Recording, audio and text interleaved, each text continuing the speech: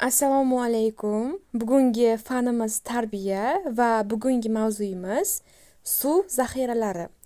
Va bugungi darsimizning maqsadlari albatta 3 ta maqsad qo'yib oldik. Ta'limiy, tarbiyaviy va rivojlantiruvchi. Ta'limiy maqsadimiz o'quvchilarga suvning inson hayoti va tabiatdagi ahamiyatini tushuntirish, suvni tejash yo'llarini o'rgatish. Tarbiyaviy maqsadi esa suvni qadrlash, isrof qilmaslik, tabiat boyliklariga ehtiyotkorlik bilan munosabatda bo'lishga o'rgatish.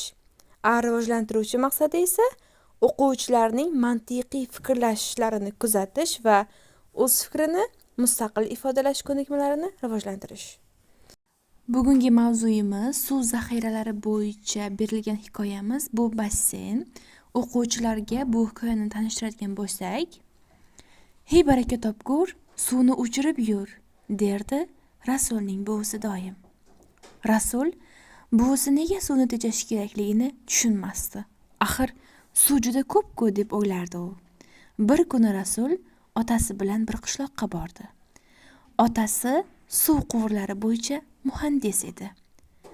Dadasi ishlayotgan paytda Rasul bir bola bilan tanishdi. Uning ismi Asqar edi. Asqar 2 chelak suv ko'tarib suv tashiyotgan edi. "Qalay do'stim, nima qilyapsan?" deb so'radi Rasul.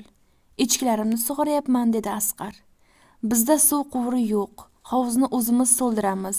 Yomg'ir yog'ganda suv yig'amiz. Yozda esa suvni mashinalar olib keladi. Juda qimmat." Rasul hayron bo'ldi. "Demak, suv bu yerda kam ekan-da?" "Ha", dedi Asqar. "Shuning uchun biz suvni isrof qilmaymiz." Rasul Asqarning hovuzchasini ko'rib, suvning qanchalik qimmatligini tushundi. Uyga qaytgach, buvisiga dedi: "Endi men suvni bekorga isrof qilmayman. Uni qadrlash kerak ekan." Bugungi darsimizda qo'llaydigan metodlarimiz bu savol-javob metodi. Keyingisi rolli o'yin. Bu rolli o'yinda Rasul va Asqar suhbatini jonlantiramiz. Keyingisi esa fikrlar charxi. Bu metodda suvni tejash usullari haqida gaplashamiz. Oxirgi metodimiz esa kuzatish. Rasmlar asosida tahlil qilamiz. Birinchi o'quvchilar bilan qo'llaydigan metodimiz bu savol-javob metodi. Bunda quyidagi savollarni o'quvchilarga taqdim qilishimiz mumkin. Nega Rasul suvni isrof qilgan? Asqar suvni qanday tejaydi? Siz suvni tejash uchun nimalar qilasiz? Kabi savollarni berishimiz mumkin. Keyingi metodimiz esa hamma bilgan rolli o'yin. Bunda 2 ta rol bo'ladi. Asqar bilan Rasul. O'rtasidagi suhbatni o'quvchilarga bo'lib olamiz va qo'shimcha tarzda ularga detallar berishimiz mumkin.